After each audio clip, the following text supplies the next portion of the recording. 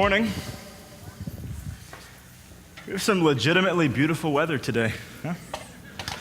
I mean, this is just my opinion as a biblical scholar, but I'm firmly convinced this is how heaven will be, and I'll fight you if you disagree with me. All right, last week we introduced a new message series. It's the new year, it's 2014, and just like every new year, people are trying to change things about themselves. They're picking up what they call New Year's resolutions, new ways of living, new behaviors to start the new year. It's what happens every year. So coming along with 2014, we're jumping right into that whole idea. This series, every single week, we're looking at a different, extremely practical, basic, but extremely crucial behavior or attitude or something that plays into the Christian life and living relationship with God and just living out Christianity. And it's all these things, as we cover them each week, it's stuff that we can all, every single one of us can pick up as a resolution, per se, for the new year and apply them to our lives to see legitimate effects in our lives. So last week, for those of you who are here or weren't here, we talked about thought life. You remember? Anybody remember that? We had some really cool stuff about thought. We looked at a bunch of different opinions throughout the years. And the basic idea boils down to this. On any given day, we have a large amount of thoughts that pass through our head. A large amount of thoughts that pass through our head. And it is up to us whether or not we choose to dwell on those thoughts or not. And so what we have to learn to do is manage our thought life. In other words, identify those thoughts that are going to take us in the wrong direction. They're going to lead us towards sin, and simply refuse to dwell on those thoughts, refuse to allow them to take root in our minds, to make a nest in our minds, as it were. And so it was a really good week last week. And so this week we're going to be moving on into our second of these New Year's resolutions in this series. And it really builds off of what we talked about last week. They're very, very closely connected. And we'll be talking about this: how to deal with temptation. Temptation. It's probably fair, I guess it'd be fair to say that all of us deal with temptation to some degree or another. Yeah? Can I see a show of hands? Probably pretty fair, yeah? Is anyone being tempted right now? Don't show your hand, I don't want to see it. I mean, I should clarify before we go any further. When I say temptation, I'm not just talking about sexual temptation. Sometimes we hear temptation and we just go immediately to lust or whatever. I'm talking about temptation for anything, and it can really be about anything. Temptation to lie, temptation to steal, temptation to gossip about your neighbor, temptation to be prideful, temptation to lash out in anger, temptation for anything. And so, just to, again, by show of hands, has anyone had like a large amount of success, like consistent success in dealing with temptation? I mean, if you look at what the world views temptation like, it's kind of like, well, temptation came, I didn't have a choice, right? I mean, well, sorry, temptation popped up, and what was I going to do? Say no? How many of you have heard of Oscar Wilde, philosopher, author? He said in his work, The Picture of Dorian Gray, he said, there's only one way to deal with temptation: to give in to it. And that's really kind of the summary of the world's view of temptation. It pops up and you give into it if you want it gone. He also said in another work of his, Lady Windermere, he said, I can resist anything except temptation. It really is. That's a summary of the world's view of this thing. So let's hop into the Christian context now, the Christian circle. How are we told to deal with it as Christians? Sunday school and then youth group. How are we supposed to deal with it? That's a rhetorical question, so just think on it. Now for me, I grew up in the church. My dad worked in the ministry since before I was born. So Sunday school, youth group, only Christian friends. I mean, I was surrounded by church culture growing up. And I'll tell you what I was told, what I was raised to believe. This is how you deal with temptation. Temptation pops up, and you look it in the eyes, and you face it down like a man. You fight it. You resist. You struggle. You overcome it. You beat it down. You make temptation your dog. You win. You overcome temptation. And that's what I was That's what I was taught. Anybody, you know what I'm talking about here? Yeah? You beat it. There was a youth group I was in for a time when I was in my teens, and we had this thing we called hold fast. Hold fast against temptation. Hold fast against temptation. And we would write it on our knuckles. HOLDFAST. Hold fast, bro. Hold fast. Be strong. Fight. Resist. Struggle to the very end. It's very much like the way of the warrior, you know. Go down bleeding and fighting, right? Here's what's really interesting, and I really do find this fascinating. You guys know who the Apostle Paul is, right? He's arguably the guy who wrote more about how to live the Christian life than any other New Testament author. He has a very different idea of how to deal with temptation. Very different. Let's hop over to a letter called 2 Timothy. He wrote this letter to his protege of sorts, his disciple, a guy named Timothy who was learning from Paul. And he wrote to Timothy, he said, flee youthful passions. He said, flee youthful passions and pursue righteousness. In another letter to Timothy, he starts talking about all these different areas of temptation that Timothy's facing. And he says, flee these things. He says, to run, flee them. In a letter to a church he wrote, 1 Corinthians in chapter 6, he says, flee from sexual immorality. Flee from it. Noticing a pattern there so far? Now, it's just me, but that's not exactly the same thing I was taught growing up. Fight, struggle to the dying breath. Spit in temptation's eye as you pass on. Paul says, flee. Flee, turn around and run from it. Jesus actually puts it in a little bit of a different way. He says, watch and pray that you may not enter into temptation. This says, the spirit is willing, but the flesh is weak. It's Matthew 26. Jesus seems to think that we should be vigilant to avoid the area of temptation altogether. Like, in other words, don't even do everything you can to ensure you don't even get tempted at all. So Paul says, run the other way, which is not a very manly way to do things, right? Run away from battle. Jesus says, just avoid battle altogether. I mean, obviously, okay, I should add this as a clarification. In the Christian life, in the Bible, it's clear that we're supposed to be overcomers. We're supposed to overcome the world. We're supposed to stand victorious, to stand strong in our morals, to stand strong in our faith. There's obviously a place for that. It's obviously in the Bible. But it seems like when you're talking about the moment of temptation, Paul and Jesus seem to think you're better off avoiding the moment altogether. Flee from it. Watch and pray that you don't even enter into the area of temptation. So let's ask ourselves the question this morning. Why does Paul use kind of, runaway terminology, flee this stuff, instead of fight or struggle or resist? Why is that? Just think on it for a moment. Now, it's that question that we're going to be concerned with this morning, because the answer to that question really is going to give us the answer to how to deal with temptation effectively. This is huge. And we talked about this a bit last week. But the reason that Paul advocates fleeing, the reason that Jesus advocates avoiding temptation altogether instead of struggling and resisting and facing it down, is because we, as human beings, have these things called emotions. You guys were here last week. Some of you were here last week, and we talked about emotions a bit. We're going to go into a little more depth today. But as human beings, we have emotions, and I really believe that it's critical for us to understand how they work and how they play into our behavior, and especially how they play into temptation, because they play a core role, an integral role in this whole thing. So by emotions, you guys know what I mean. Feelings, anger is an emotion. Happiness is an emotion. Sadness. You guys know what I'm talking about when I say emotions. There's feelings, I think we all pretty understand this. And I think you all understand what I mean when I say that emotions are the best thing ever and they're the worst thing ever. Can we agree with that? Emotions are they're a requirement for all of the best experiences in life. And it's also safe to say that they're a requirement for all of the worst experiences in life.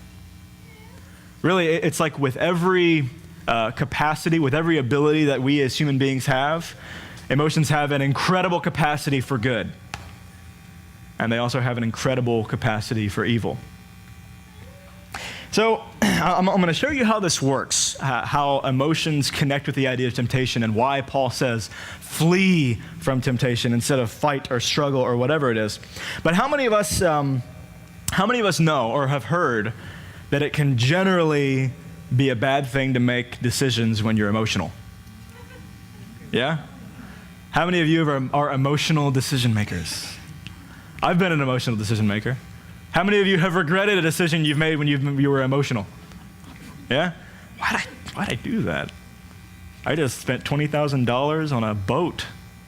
You can talk to my dad about that one.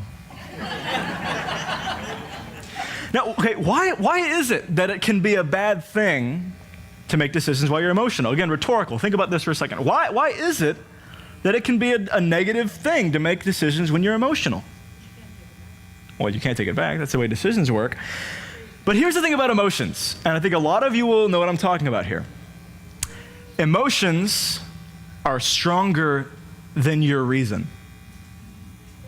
Emotions are stronger than your logic. That's what they are by design. It's not a bad thing. That's how they're supposed to be. You get your mind on one track, your emotions kick in, and they magnify the whole thing and make it so much better or so much worse. Emotions are stronger than the reason, and they tend to have the final say in things if you allow them to just go wherever they want. You guys know what I'm talking about here? I think a lot of you do. And even more than that, when your emotions are going really strongly in one direction, the mind tends to kind of become subservient to the emotions. In other words, the mind kind of becomes the slave to the emotions, and it starts rationalizing the behavior, finding some kind of way to justify, well, this is good because of this, or, oh, I really do deserve to eat a whole gallon of ice cream. I've been really, I had a light breakfast. You know what I'm talking about here. The mind tries to find a way to justify the emotional urge. It's the way emotions work. And in temptation, and don't miss this part because this is where I'm going here. In temptation, if emotions get involved in the decision making that goes into temptation, it is extremely difficult to resist. If the emotions kick in, it is almost impossible to say no. That's the nature of emotions. And here's the thing, I think a lot of you will relate with this as well. The mind tries to find ways to rationalize. So think in terms of temptation here. You get emotional, the mind finds a way of rationalizing it, you give into the temptation, and then hours later the emotions are gone, and you think back on what you did, your mind's clear, the emotions are gone, and you say, why did I do that? I can't believe I did that. It's like a shock, a disappointment. In your right mind, okay, in your reason, it's ridiculous to do that thing you did. But the emotions get involved, and they push, and they push, and they push, and the mind follows along. And I know I'm harping on this a lot, but can we relate with this? I want us to be all on the same page this morning. This is Psychology 101. So in temptation, and again, this is core, in temptation, we have to learn how to manage our emotions. Last week, we talked all about managing our thoughts and how allowing us to dwell on certain things is really going to mess up our behavior. Managing our emotions is every bit as critical as managing your thought life. Because again, you've got your mind, you've got a will, you've got emotions, and that's more or less what you are as a being. It's a huge part of you.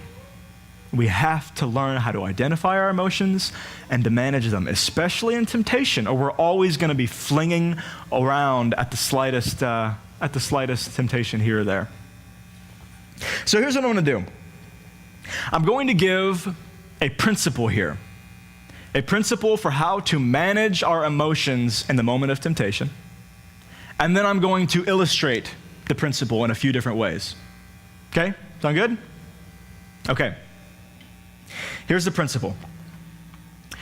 When you feel temptation coming on, when you see the moment of temptation popping up, and again, I want to reiterate, a temptation about anything, temptation to lash out in anger, temptation to be prideful, temptation to gossip, temptation to lust, whatever it is, when you feel the moment of temptation coming, immediately move your mind onto something else. And this is what Paul means when he says, flee temptation. This is what Jesus is talking about when he says, avoid temptation altogether. Watch and pray that you don't even enter into temptation. Instead of letting the temptation pop up and fighting it and allow your mind to engage in the thing that you kind of want to do, move your mind somewhere else. Don't even allow the thought to pop up. Don't even allow yourself to consider it. Move your mind and thus your emotions somewhere else. And the temptation will not be an issue. Now I'm going to illustrate this, just so, again, I want us to all be on the same page here. This will be fun. How many of you have experience dealing with babies? I think a lot of us do. We have an abundance of babies in this church. I don't know if you noticed. They're everywhere. I think maybe they're the majority at this point. We might be looking at a hostile takeover in a few years. They're everywhere. Okay, so some of us have experience with babies, small children. I'm the oldest of four, the blessed oldest of four. And therefore, I have a lot of experience with babysitting. I babysat my kids for free. My parents got a free ride of babysitter for a long time. So I babysat my siblings. They must have saved thousands of dollars.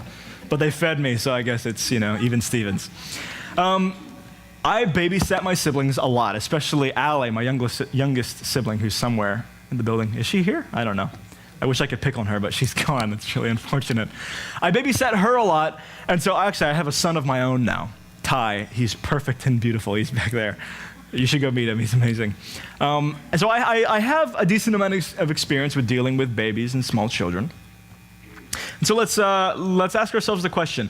When a baby or a child is having what you could call an emotional breakdown, freaking out about something, maybe crying really hard, what do you do? Do you try to rationalize with the baby? No. They're almost like completely emotional bundles of joy. You know what I mean? I mean, there's like a little bit of logic back there, but it's like, yeah, I'll develop in 10 years or so. Right now, I'm emotions. So when a baby or a small child is having an emotional kind of freak out, what do? You distract them, right? We all know you distract them. It's like rule one of taking care of a baby. Distract it. If Ty is freaking out, I pick him up and I take him outside. Because instantly there's so much stuff to see, so many lights, even the weather feels different. He's distracted. His emotions were freaking out and they were just kind of snowballing there, and he's crying and flipping out because he, dropped a blueberry on the ground. Take him outside, distract him. His emotions are in a different place and suddenly he's okay. Maybe you make a funny face at the kid, try to make him laugh. Maybe give him some food or something. Anything to distract the child from where they're at emotionally, right? It's child caring 101. We all know this. Now, most of us here aren't babies, right? But we are human beings. And just because we have grown up doesn't mean we stopped having emotions or stopped being emotional creatures. And I really think that we confuse the situation when we're like adults, or we're complex. We're much more complex than a baby. It's true, but at the same time, it's not true. We're the same kind of creature. We work the same way, it's just a little bit different, a little bit more developed, some of us more so than others. So here, let's flip the question around here. Have you ever been extremely angry about something? And then something happened and you got distracted and then you weren't angry anymore? Nobody? How about if you were extremely sad and then maybe, I don't know, something like exploded in the kitchen or anything happened to distract you and suddenly you find yourself distracted and a few minutes later like, wow, I'm not sad anymore. You ever been really mad, like you wanted to be mad at somebody, but they kept making you laugh? Like, stop it, I want to be mad at you. Let me be mad at you. But they're making you laugh and you're laughing and you're not really mad anymore. You guys see where I'm getting? Of course, we're more complicated than babies, but I think it's not that much more complicated. Our emotions tend to snowball. They react to whatever we're focused on. So if you sit there and think about how sad you are, and I'm so sad about this thing, the emotions are just going to react to whatever you're focused on. In temptation, you sit there and you look at that thing you kind of want to do. I'm not going to do it. I'm not going to do it. I'm going to fight. I'm going to win. And as you focus on not doing it more and more, your emotions react on that kind of thing you want to do. And they get stronger and stronger and stronger, and then the mind follows along.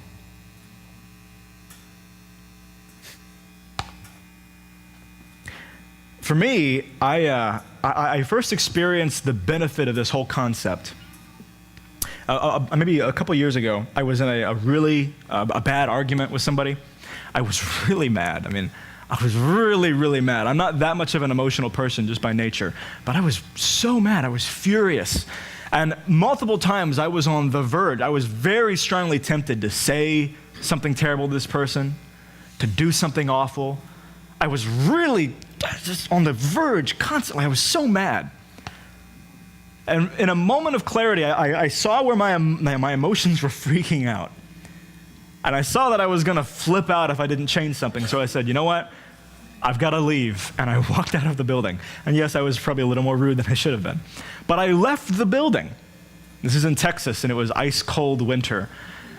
And I sat there on the bench, and I said, okay, you know what? I'm not going to think about how mad I am at this person or how mad I am at the situation. I'm just going to look around at nature. So I looked around, like, man, it's cold. But you know what? This is actually really beautiful. There's some frost on the walls. You know what, God, thank you so much for letting me be here, letting me do what I do, be in this ministry. And suddenly my emotions were just somewhere different. I started thinking about nature and how cold it was, and they was just in a different place. And after about 5 minutes, I wasn't even like a little bit angry anymore.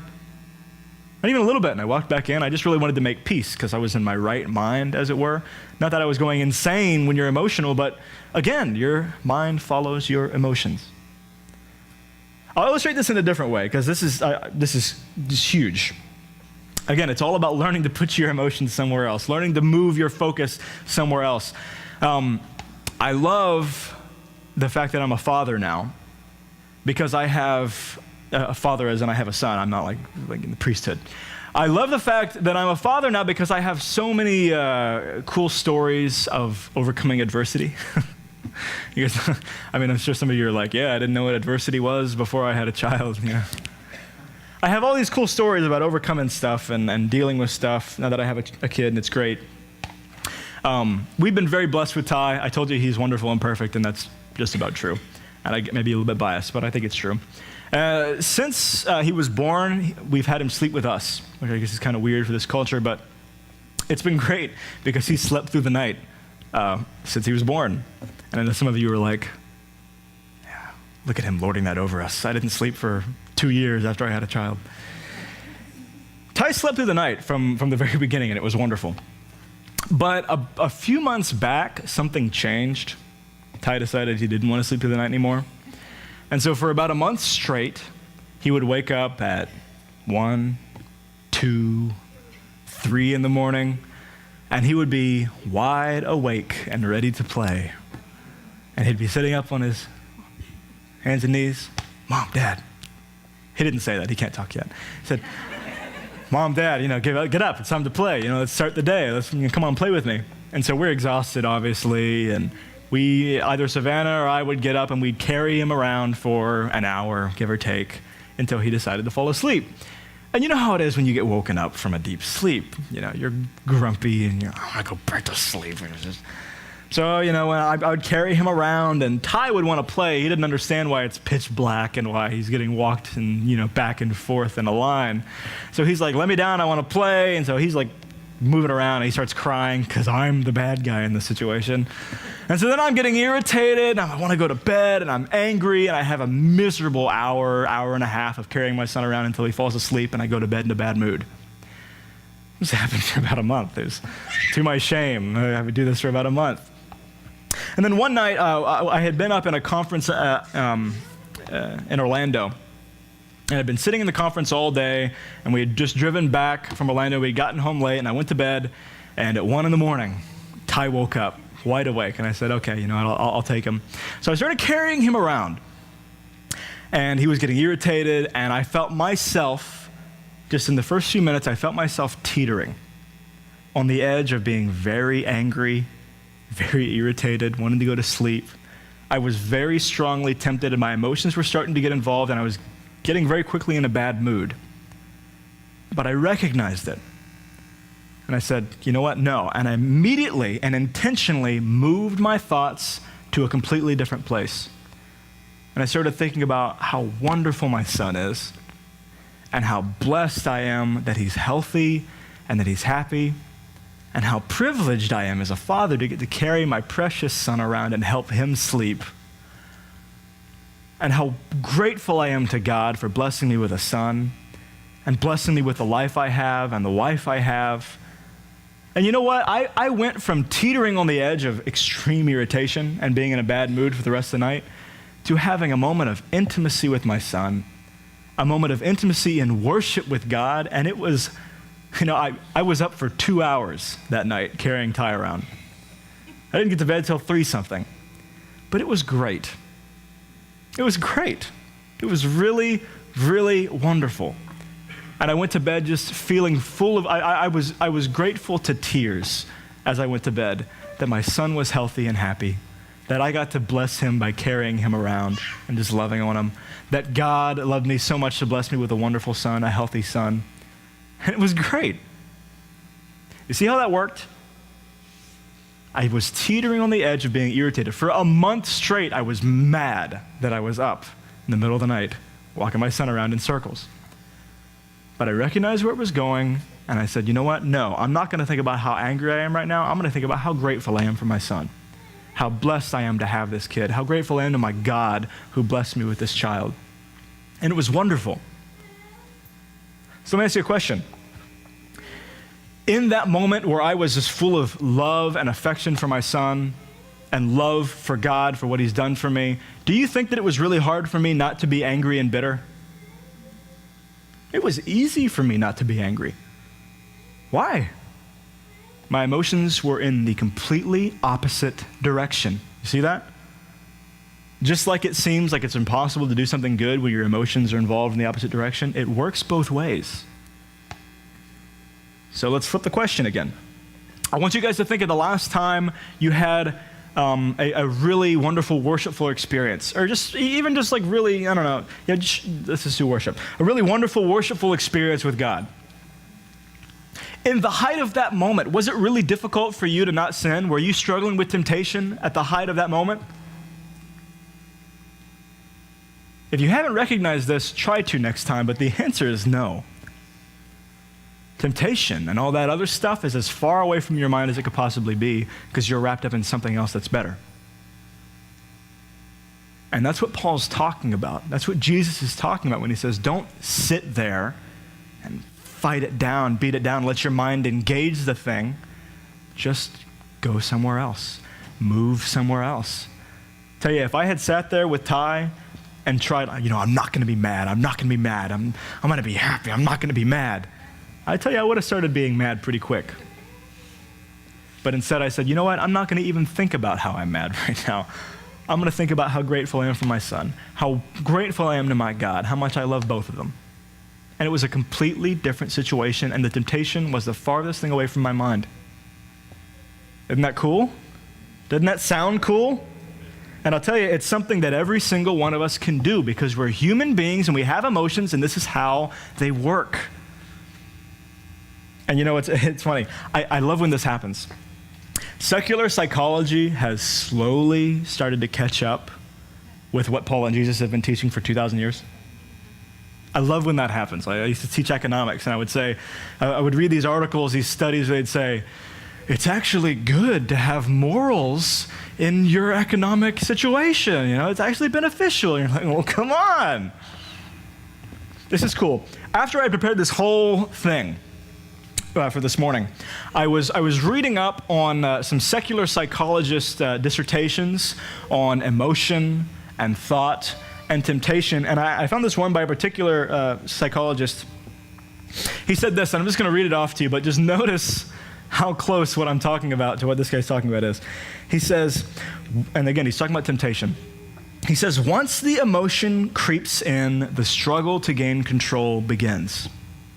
The very moment you realize that an undesirable craving has entered your consciousness, do not grit your teeth or use willpower. Don't struggle with it. Any fighting with the temptation will only accentuate it and make it stronger. Don't risk losing the battle. Just simply drop the desire out from your field of attention. Instead, at this very moment, immediately put your mind on another subject, anything that will hold your attention. I'm not just spraying stuff here. This is Jesus, this is Paul, and now slowly secular psychology has begun to catch up to truths that we've known for a long time. Isn't that cool? And again, it's simply a matter of moving your emotions somewhere else, moving your physical person into another location, or moving your mind somewhere else, whatever it is to get your emotions off of that thing you want to do, and the temptation will not be an issue. And I cannot emphasize how critical it is for us to learn how to do this. Because the opposite of learning how to do this is becoming slave to our emotions. Thomas Fuller, philosopher and author, he wrote that serving one's own passions is the greatest form of slavery. And that's true. How many of you known somebody that is absolutely a slave to their emotions? It's a miserable state. It's miserable. And really, if we can master this, if we can master our emotions, temptation won't be an issue. And here's what's really cool, and I love this. We never tell yourself it's not possible to deal with a temptation. It's not possible to flee from this when it's too strong. Never tell yourself that, because Paul, again, in 1 Corinthians, he says this in 1 Corinthians 10. It says, "No temptation has overtaken you that is not common to man. God is faithful, and he will not let you be tempted beyond your ability. But with the temptation, he will also provide the way of escape that you may be able to endure it." There's no situation we can get in where we can't deal with it, where we can't flee from it, where we can't move our minds somewhere else, or move our person somewhere else. God's with us. He's faithful, and he's trying to help us. So, really what I'm saying here is we can deal with temptation. You ask God's help. You learn to watch your emotions, identify your emotions, and move your mind when you see yourself being tempted in any direction. Temptation will not be an issue. Doesn't that sound incredible? Like you could overcome temptation, really? That's really cool to me. And what I was talking about last week and this week, they go right hand in hand. Managing your thoughts and managing your emotions, this is really just a development of what I was talking about. But this is core. And if we can pick this up with the new year, say, I am going to watch my emotions, watch them as they develop in temptation, and refuse to allow them to go wherever they want, we will see massive benefits in our lives, and that is the truth. Money back guarantee from me. I don't have a lot of money, but I'll give you some if it doesn't work for you. So we're going to have the band come up here as we close.